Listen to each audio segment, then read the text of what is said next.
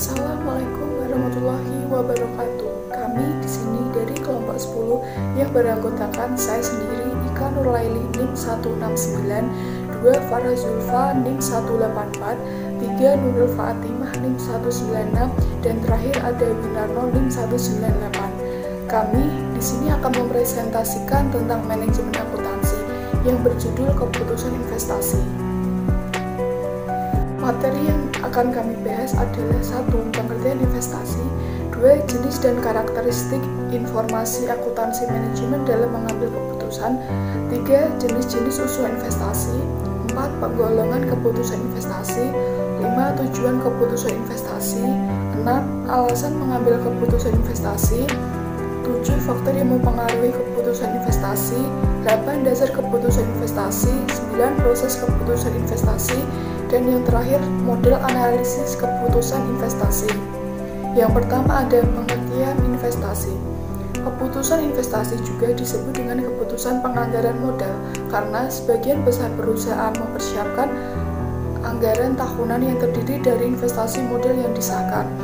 Keputusan investasi merupakan keputusan yang dikeluarkan perusahaan terkait dengan kegiatan perusahaan untuk melepaskan dana pada saat sekarang dengan harapan untuk menghasilkan arus dana masa mendatang dengan jumlah yang lebih besar dari yang dilepaskan pada saat investasi awal, sehingga harapan perusahaan untuk selalu tumbuh dan berkembang akan semakin jelas dan terencana.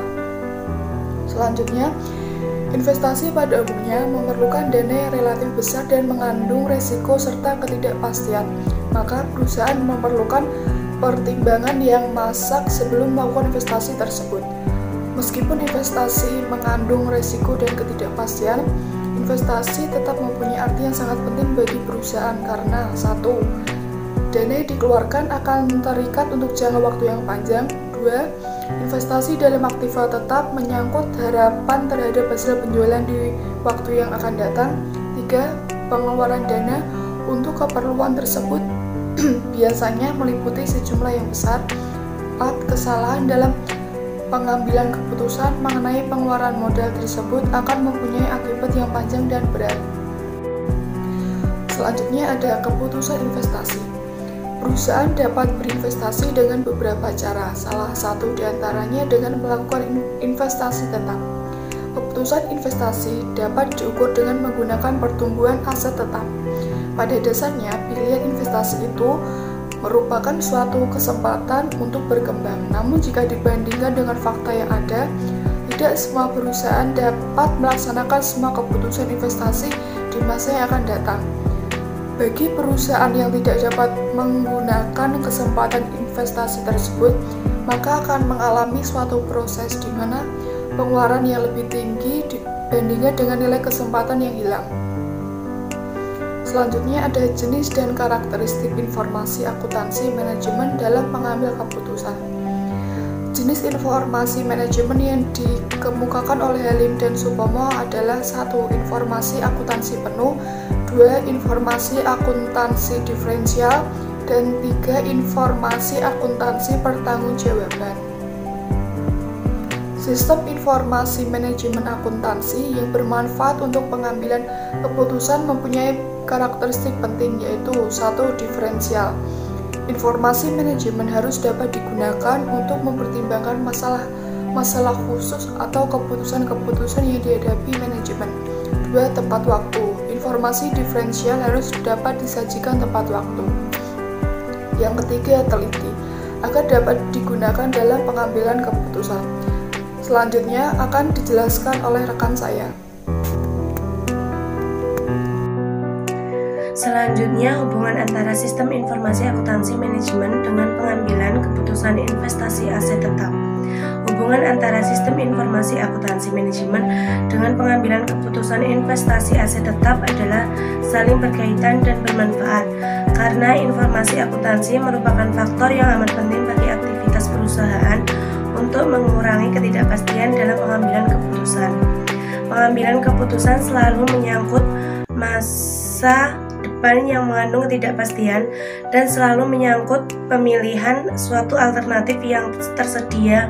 Oleh karena itu, pengambilan keputusan harus selalu berusaha mengumpulkan informasi dan mempertimbangkan masalah-masalah yang mungkin timbul dengan tepat waktu dan ketelitian untuk mengurangi ketidakpastian dalam proses pengambilan keputusan mengenai investasi aset tetap, khususnya pada saat pengambilan keputusan untuk membeli atau menyewa aktiva agar profit perusahaan tetap ataupun lebih meningkat.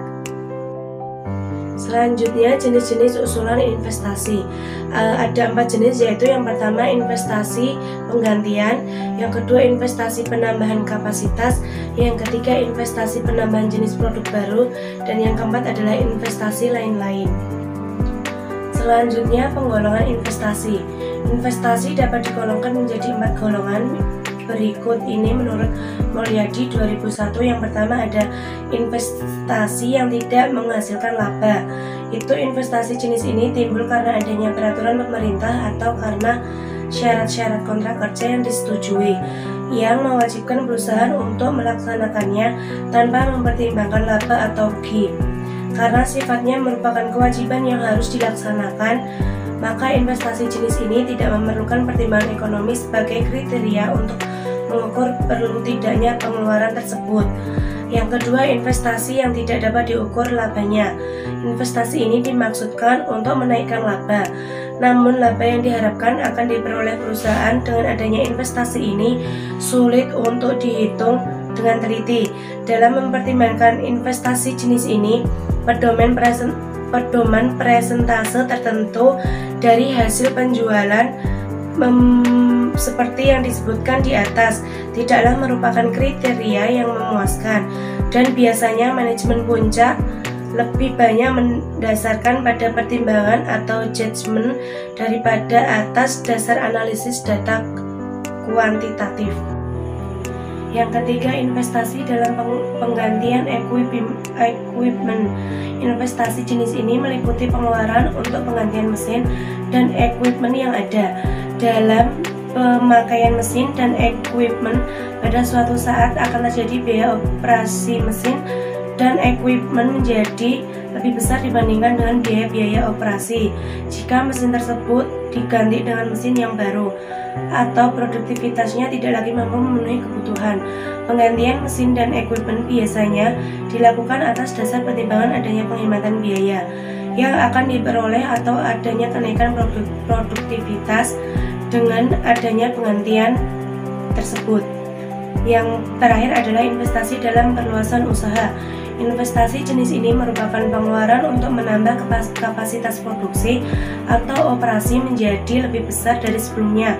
Tambahan kapasitas akan memerlukan aktiva diferensial berupa tambahan investasi dan akan menghasilkan pendapatan diferensial yang berupa tambahan pendapatan serta memerlukan biaya diferensial yang berupa tambahan biaya karena tambahan kapasitas. Kriteria yang perlu dipertimbangkan adalah taksiran laba masa yang akan datang, pendapatan atau pendapatan non biaya, dan kembalian investasi yang akan diperoleh karena adanya investasi tersebut.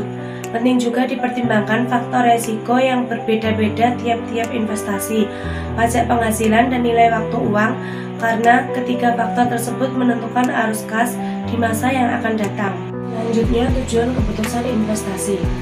Penanaman investasi aktiva tetap untuk penambahan kapasitas cukup memberikan harapan baik untuk memperoleh keuntungan yang lebih besar di masa yang akan datang. Investasi aktiva tetap yang bernilai cukup besar mempunyai konsekuensi tidak ditemukan dalam pengeluaran sehari-hari perusahaan.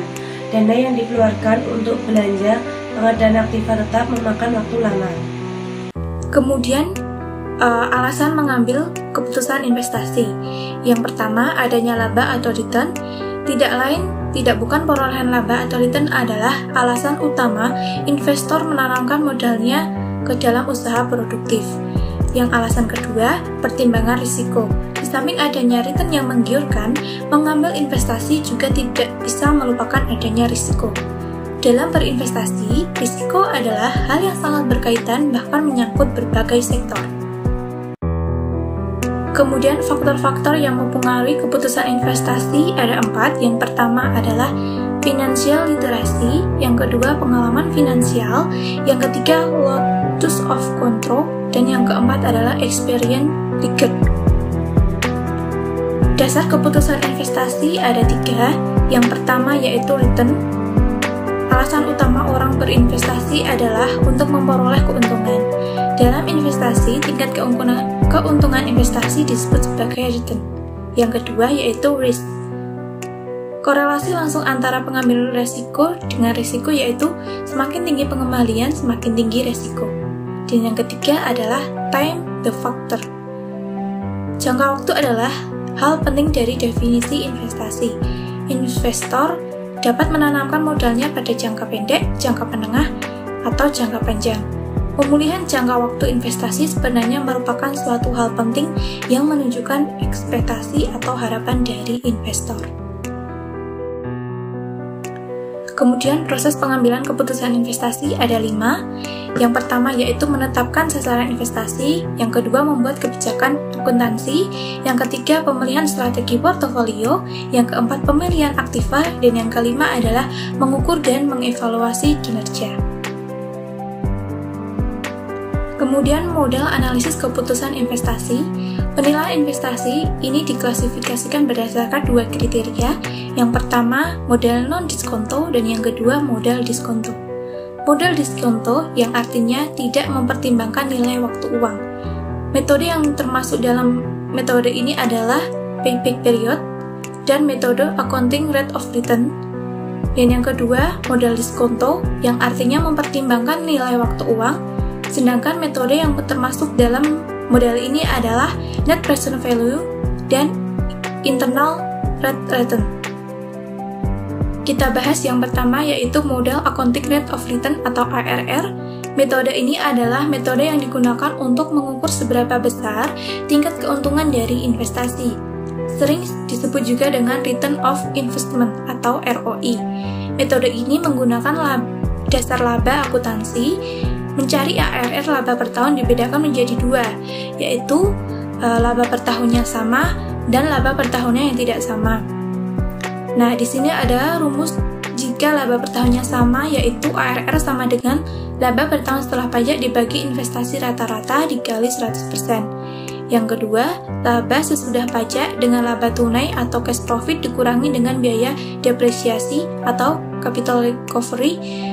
Oleh karena itu, rumus penghitungan ARR adalah ARR sama dengan rata-rata kembalian kas tahunan dikurangi penutupan investasi dibagi dengan rata-rata investasi. Jika hasil ARR sudah diketahui, maka jika hasil ARR lebih besar dari keuntungan yang diisyaratkan, proyek tersebut menguntungkan. Tetapi jika hasil ARR kurang dari keuntungan yang diisyaratkan, maka proyek tersebut tidak layak. Keuntungan dari ARR ini adalah sederhana dan mudah dimengerti. Perhitungannya menggunakan data accounting yang sudah tersedia sehingga tidak memerlukan penghitungan tambahan. Tetapi kelemahannya yaitu tidak memperhitungkan nilai waktu uang dan kurang memperhatikan panjangnya jangka waktu investasi. Kemudian selanjutnya akan diterangkan oleh teman saya. Baik, poin selanjutnya payback period. Periode pengambilan atau payback period menggambarkan panjangnya waktu yang diperlukan agar dana yang tertanam pada suatu investasi seluruhnya dapat diperoleh kembali.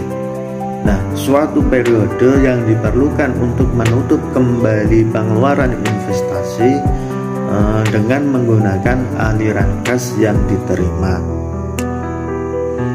Nah, untuk mengetahuinya dengan membandingkan masa payback period dengan target lamanya kembali investasi.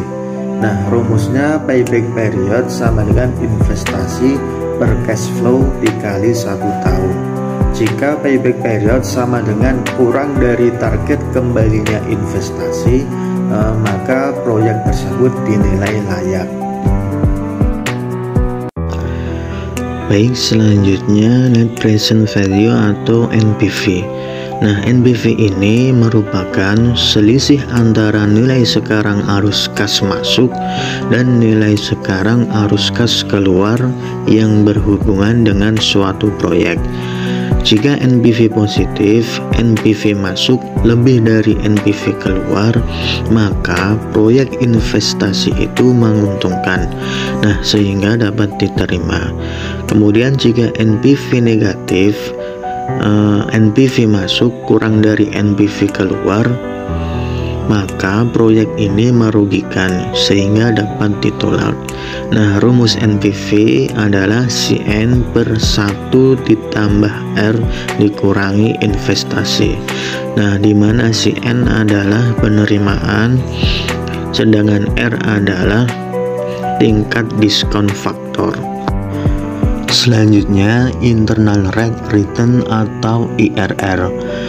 IRR atau tingkat pengembalian internal didefinisikan sebagai tingkat bunga yang menentukan nilai sekarang dari arus kas masuk proyek sama dengan nilai sekarang dari biaya tersebut. Atau dengan kata lain, suatu tingkat bunga yang menyebabkan NPV suatu proyek sama dengan 0, di mana rumusnya I sama dengan sigma CF per buka kurung 1 ditambah I tutup kurung T, di mana I nilai investasi, CF adalah aliran kas masuk bersih, T adalah tahun umur investasi, kemudian IRR yang dapat dihitung dengan cara trial dan error. Setelah IRR suatu proyek dihitung, langsung dibandingkan dengan tingkat pengembalian yang diminta perusahaan. Apabila IRR lebih dari tingkat pengembalian, maka proyek investasi itu diterima. Jika IRR sama dengan tingkat pengembalian, maka proyek bisa diterima atau ditolak.